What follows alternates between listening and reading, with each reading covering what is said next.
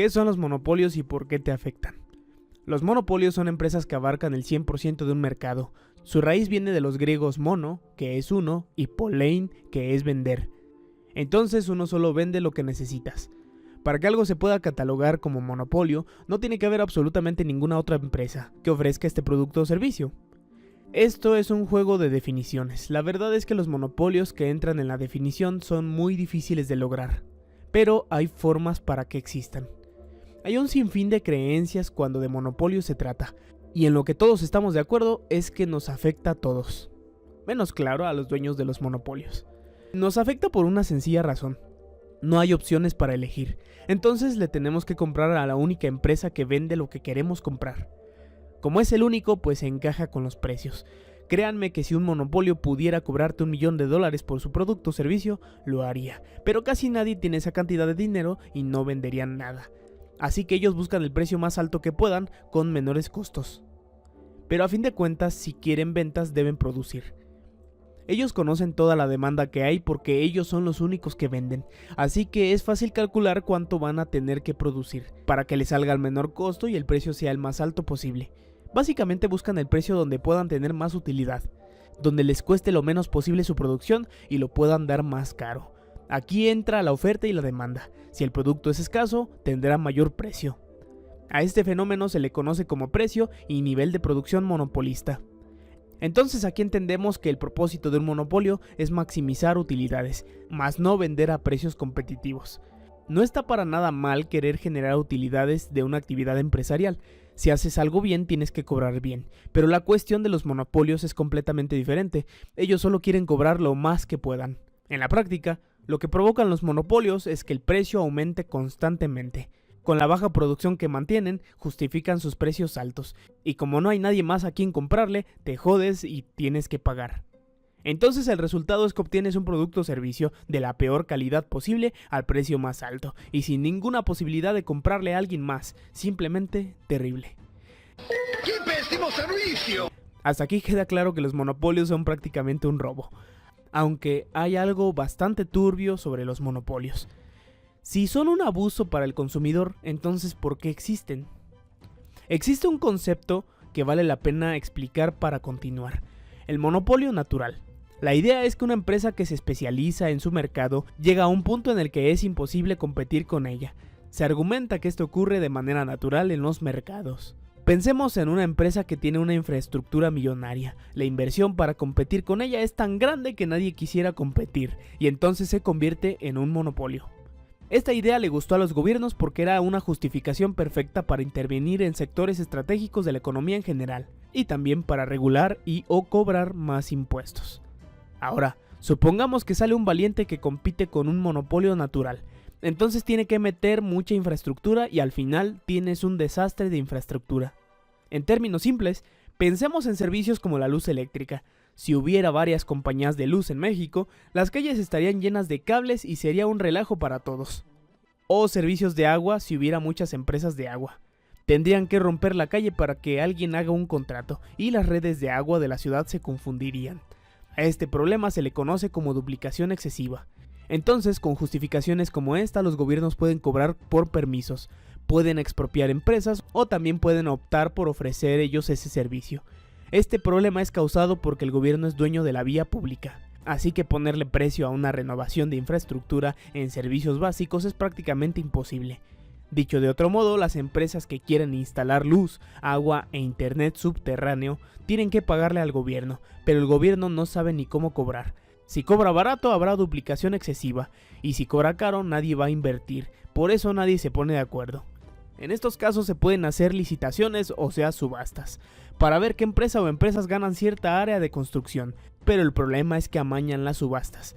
Hay formas de hacerlas transparentes, pero algunos gobiernos no las aplican.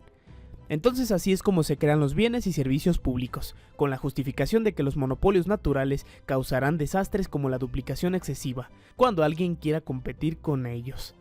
La justificación más reciente es la escasez de los recursos o la protección ambiental.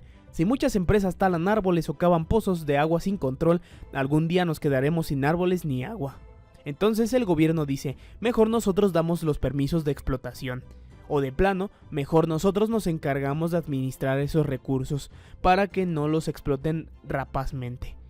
La realidad que nosotros conocemos es que si le das a cuidar algo al gobierno, lo que sea, todo va a terminar mal. Eso es casi seguro. Entonces los monopolios naturales son su justificación. Aunque en realidad no se ha demostrado que exista un monopolio natural, eso no ha pasado. Claro, existen corporaciones con mayor participación en su mercado, o incluso personas que crean un nuevo mercado. Pero tarde o temprano, alguien más llega a competirles. A la estrategia de crear un nuevo mercado sin competidores se le conoce como océanos azules. Ese de hecho es el nombre de un libro de negocios. Porque existen océanos rojos, o sea, infestados de tiburones. Se refieren a mercados competidísimos. Se me ocurre por ejemplo el automotriz. Es un mercado de los más competitivos que existen en el mundo, y existen varios segmentos. Así que supongamos llega Tesla con sus autos eléctricos que son más eficientes que muchos de combustión interna, y con esto crea un nuevo segmento en el mercado. Ya existía el mercado de los eléctricos, pero Tesla fue la primera empresa en dominar ese océano azul. Ahora otras automotrices empiezan a innovar con el nuevo océano azul. Y a Tesla le van a poner competencia. Entonces es imposible que monopolice eternamente el océano azul. Se infestará de tiburones y así funcionan los mercados.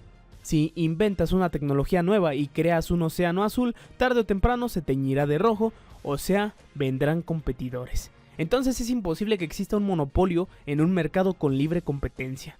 Podría durar unos años dominando el mercado, pero eso no es un monopolio. Solo sería la empresa más grande de cierto sector. Incluso empresas transnacionales con infraestructuras millonarias han tenido competencia. Ahí está también los que venden vicio. Hasta ellos tienen competencia a pesar de los riesgos. Existe el término duopolio. Son dos empresas que se ponen de acuerdo con los precios, a fin de cuentas no son muy diferentes de un monopolio, como las telecomunicaciones en México.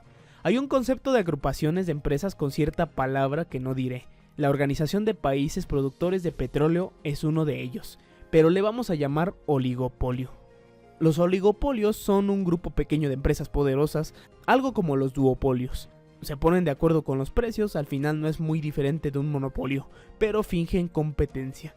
Hasta los oligopolios se han enfrentado a otros oligopolios y han tenido competencia, entonces queda claro que es muy difícil que exista un monopolio real. Pero aún no hemos respondido por qué entonces existen los monopolios. Aquí solo hay una conclusión lógica y solo una. Los monopolios económicos existen porque el gobierno lo permite. Son métodos desde muy simples como tramitar un permiso para cierta actividad empresarial hasta muy complejos como leyes de propiedad intelectual. Si se fijan, en cualquier monopolio que existe en la actualidad, está directamente relacionado con el gobierno de su país. Vamos a poner de ejemplo a Telmex porque es el ejemplo perfecto. La historia de las telecomunicaciones en México es demasiado extensa, pero hay algo que sí podemos resaltar. Siempre ha tenido mucha intervención del Estado. En 1947 el gobierno fusionó las únicas dos empresas telefónicas que existían principalmente porque no podías comunicarte de una compañía a otra. Así nace Teléfonos de México, pero todavía era de particulares. En cualquier caso, ya se le podría llamar monopolio. En 1972, el gobierno adquiere el 51% de las acciones de la empresa, y entonces pasa a tener mayoría estatal y otra parte empresarios nacionales, un monopolio estatal. Lo interesante viene en 1988 con Salinas de Gortari. Él pone a la venta la mayor parte de las acciones de Telmex, y 3 empresas compran muchas, entre ellas Grupo Carso. En 1991 se nombra un nuevo consejo de administración y Carlos Slim es nombrado como patrón. Bueno, director general de Telmex. Ese mismo año el gobierno mexicano vende el resto de las acciones que tenía a Grupo Carso y a su vez compra el resto de las acciones a las otras 2 empresas, así Slim toma la totalidad de la empresa. Carlos Slim y Carlos Salinas de Gortari eran compadres desde hace mucho tiempo, así que muchos dicen que Slim es un prestanombres de Salinas de Gortari. Yo creo que más bien era un favor político demasiado turbio, pero son cosas que mortales como nosotros solo podemos especular.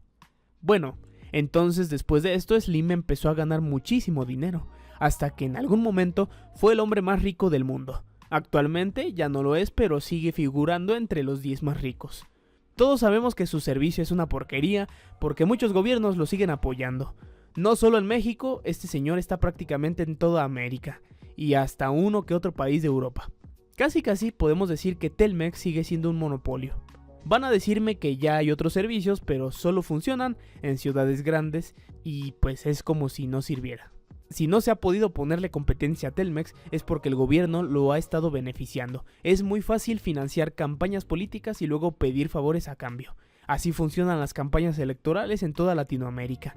A largo plazo le sale más barato a un monopolio eso que ofrecer un buen servicio.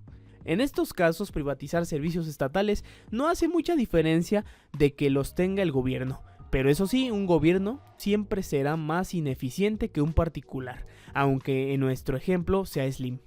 Y esto nos conduce a los monopolios estatales. Como dije, Telmex era una empresa estatal. En este periodo se privatizaron muchas empresas. Todavía en México cargamos con CFE, Pemex y algunas otras que en la actualidad ya no tienen viabilidad económica. En sí, son monopolios estatales a los que simplemente no te puedes oponer de ninguna manera. Casi siempre son los del alumbrado público. En el caso de la gasolina y el petróleo, pues ocurren desgracias como la gasolina de la peor calidad y al más alto precio. Esto ha sido una realidad en muchos países, no solo en México. Servicios de luz eléctrica en donde se va la luz a cada rato, el uso de combustibles fósiles en vez de energías limpias, servicios de telecomunicaciones intervenidos por el gobierno, u adoctrinamiento de masas en canales del gobierno. Internet limitado a lo que el gobierno quiere que veas. Si un gobierno te dice que él es empresario y que administrará algo tan importante como toda la energía eléctrica de tu país, ten miedo, mucho miedo. Te van a decir mucha parafernalia, como los monopolios naturales o la duplicación excesiva. Ya saben la finalidad de que el Estado controle este tipo de bienes y servicios. Control de la población. En caso de un desabasto de energía eléctrica, en que el gobierno es el único culpable, al final, tú pagarás la luz más cara o de plano no tendrás acceso a ella. A la fecha, no hay un consenso mundial de qué servicios sí deban considerarse públicos y cuáles no. Cada gobierno hace lo que quiere, se inventan trabajos que no les incumben. Existen muchos medios con los cuales los gobiernos crean monopolios con regulaciones o influencias políticas. Les compartiré algunos en la descripción para no alargar más el video. Otro dato antes de concluir, que es importantísimo, es que las mayores fortunas de la historia han sido fruto de gobiernos y empresarios poniéndose de acuerdo. Tratos donde el gobierno le da preferencia a una empresa en específico, como les digo, Telmex. Pero esto se repite a lo largo de la historia, es una competencia injusta. En conclusión, siempre han existido monopolios, pero todos han sido auspiciados por algún gobierno, directa o indirectamente. Los monopolios naturales no son otra cosa que innovaciones temporales. En realidad no existen como tal o son temporales. En algún momento alguien se animará a competir.